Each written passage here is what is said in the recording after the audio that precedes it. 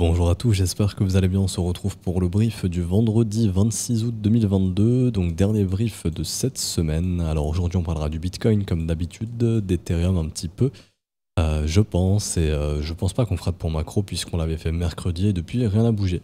Donc en attendant le discours de Powell, on aura une faible volatilité, on verra si ce discours est plutôt tiré bullish ou pas du tout, on en saura un petit peu plus peut-être pour les prochains mois. Alors du coup, le Bitcoin donc en daily, bon on a de la chance, ça bouge pas, toujours pas de résolution de la zone de combat, on n'en aura probablement pas avant le discours, on verra si ce discours est bullish, peut-être un petit peu d'espoir et un breakout. S'il est bearish, continuation baissière. Est-ce qu'on peut savoir, pardon à l'avance comment sera son discours? Bah non, bien évidemment. Ce qu'on attend, c'est d'en savoir un petit peu plus. En cas de continuation baissière, on pourrait voir des targets de continuation baissière du coup.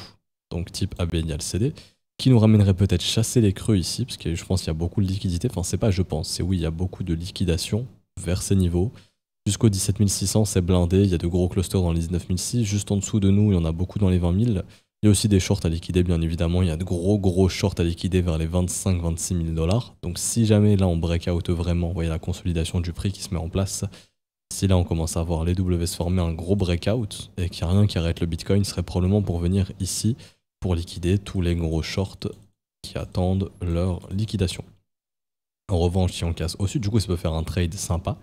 En revanche, si on casse au sud, bon bah, côté liquidation, ici dans les niveaux des longues, 19 004 beaucoup, 19 008 aussi, et ça jusqu'à 16 000.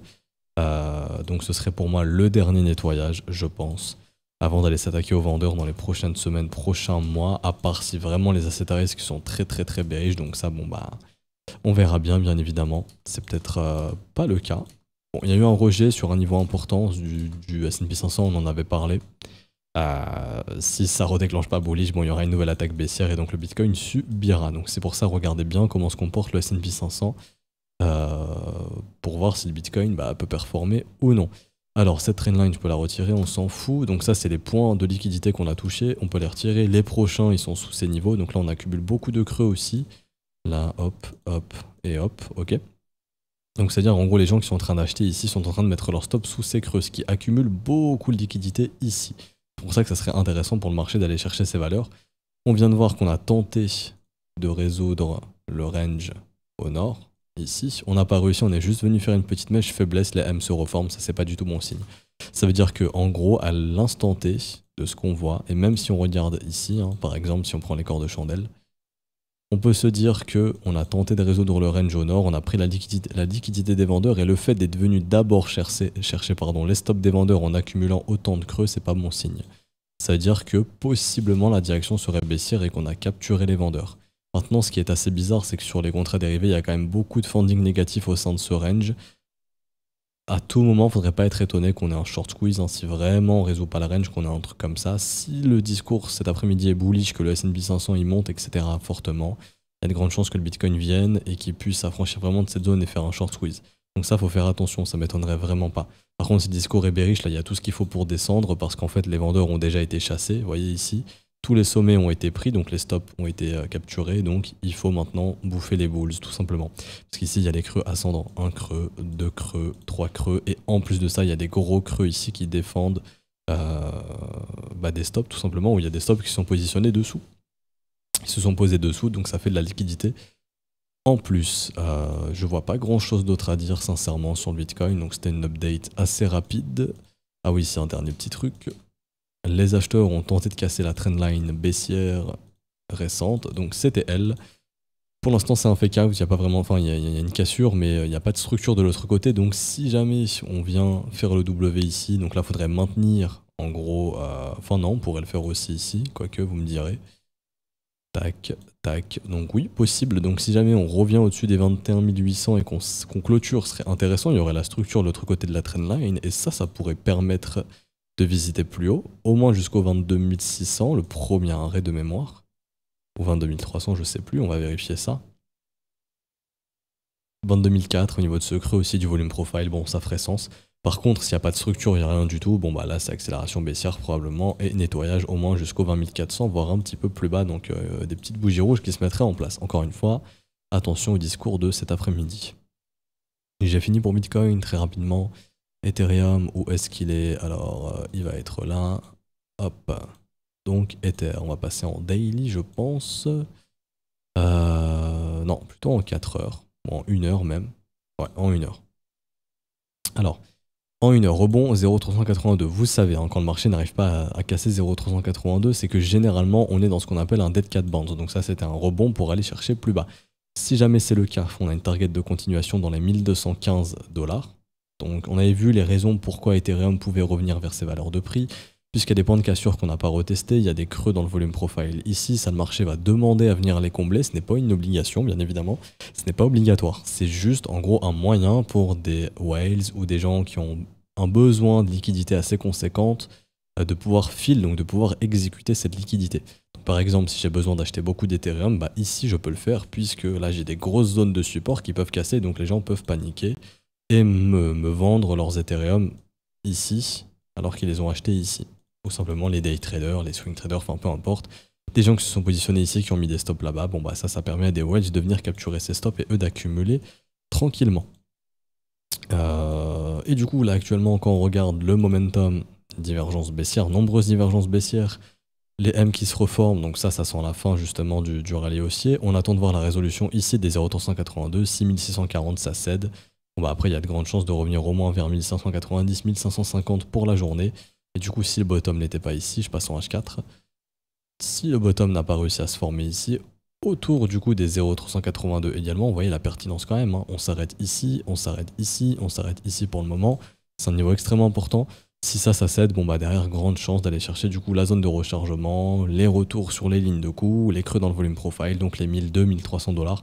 Ce serait l'objectif. Je le rappelle, pour un mec qui veut faire du DCA, c'est très intéressant. Pour un trader qui souhaite faire du DCA, plutôt, désolé, c'est très intéressant. Maintenant, ça veut pas dire que c'est le bottom définitif. Mais le DCA, le but, c'est d'acheter des prix intéressants, et donc 1200, ça en fait partie. Après, si Ether va à 1800, 700, 500, j'en sais rien, je dis des chiffres au hasard, bien évidemment, si vous êtes en capacité de faire du DCA, faites-en. Si vous croyez à l'Ether sur le long terme. Mais déjà, les prix sont quand même plutôt intéressants, des bas zones de rechargement. Bon, historiquement, Ethereum, à son cycle précédent, après on n'a pas une data non plus hyper développée, mais il a posé son bottom légèrement en dessous des 0,886. Donc ça voudrait dire que si on fait la même chose à ce cycle, ce qui peut ne pas arriver bien évidemment, le bottom il serait en gros vers les 600, 500, 500 $.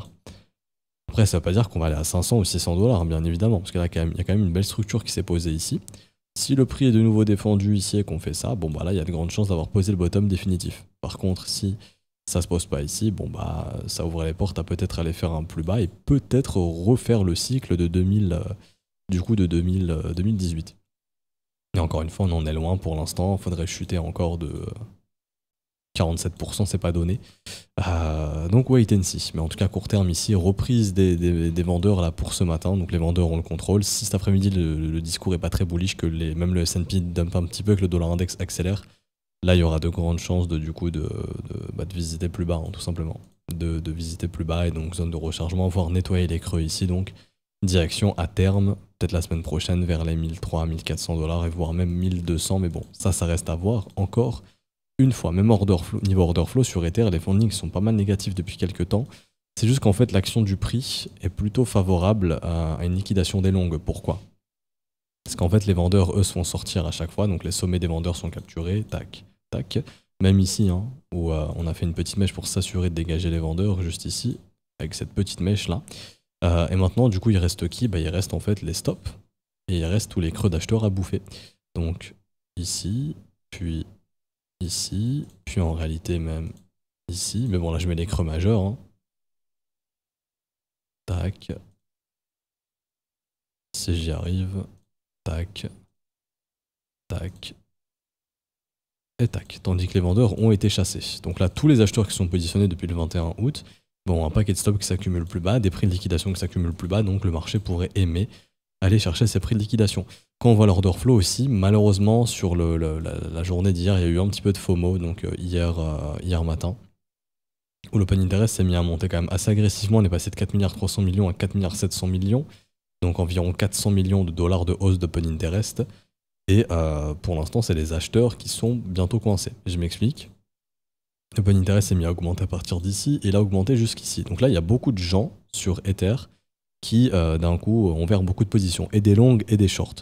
Tant qu'on reste dans le carré, c'est plutôt 50-50, enfin dans la box violette, dans le rectangle violet. Par contre, là, on voit qu'on est en train de s'affranchir de cette box violette. Ça veut dire que là, tous ceux qui sont venus ouvrir des positions longues commencent à être coincés. Et du coup, leurs stops, ils sont où? Bon, moi, ils sont déjà au moins sous ce creux, très probablement.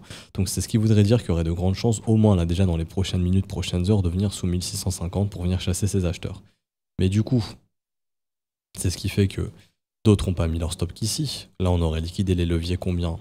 Les leviers x100, x50. Bon, un mec s'est mis en levier x10, son prix de liquidation, il est 10% plus bas. Donc lui, déjà, pour aller le chasser, il faut aller environ sous les plus bas, vers 1500 $. Si on a beaucoup qui ont mis des leviers comme x10, x15, x20, bon, ça fait déjà des prix de variation de 5 à 10% pour les liquider, donc une pression vendeuse de 5 à 10%. Là, on voit les prix de liquidation sont croissants du côté des acheteurs, donc là, on trouve des liquidations acheteuses. Donc là, le marché, il est potentiellement motivé pour aller chercher ces acheteurs ici. Je vois pas grand chose d'autre à dire, juste à rappeler qu'il y avait beaucoup de vendeurs ici agressifs. Eux, ils sont toujours. Soit ils ont été liquidés, j'en suis, il y en a beaucoup qui ont été liquidés, puisque le rebond il est quand même assez important là. Depuis, on a rebondi de combien? On a rebondi de 10%, donc tous les x10 ils sont morts ici en moyenne, tous les x20, tous les x25, etc. etc. Donc là, oui, si on commence à capturer des acheteurs, c'est vrai que c'est pas hyper bon signe. En plus de ça, eux, les vendeurs là qui auraient pu rentrer ici, ils en profitent pour se barrer. Donc c'est des acheteurs malheureusement qui restent majoritairement coincés. Après voilà, c'est pas des open interest de milliards, hein. Là on parle d'une hausse de 300-400 millions, ce qui n'est pas non plus gigantesque, mais ça fait sur du court terme des petits gens à liquider, donc ça peut justement justifier des replis d'Ethereum. Je pense qu'on va s'arrêter ici pour aujourd'hui, j'espère que ça vous aura plu. Si c'est le cas, n'hésitez pas à laisser un petit pouce bleu, vous abonner si ce n'est pas déjà fait, à nous rejoindre sur Discord, je mets le lien en description en commentaire. Également, si vous souhaitez rejoindre la newsletter, c'est totalement gratuit, je mets le lien en commentaire et en description. Vous aurez tout simplement accès à la prochaine vidéo d'analyse de vos altcoins préférés, donc qui devra arriver début septembre. Également, si vous souhaitez rejoindre l'école, vous pouvez le faire via les modalités crypto à ce stade du mois, donc tout ça se fait via paiement BNB, Ethereum, USDT. Pour tout ce qui est paiement carte bancaire, il faudra attendre le premier du mois pour l'instant. C'est trop tard sur Patreon.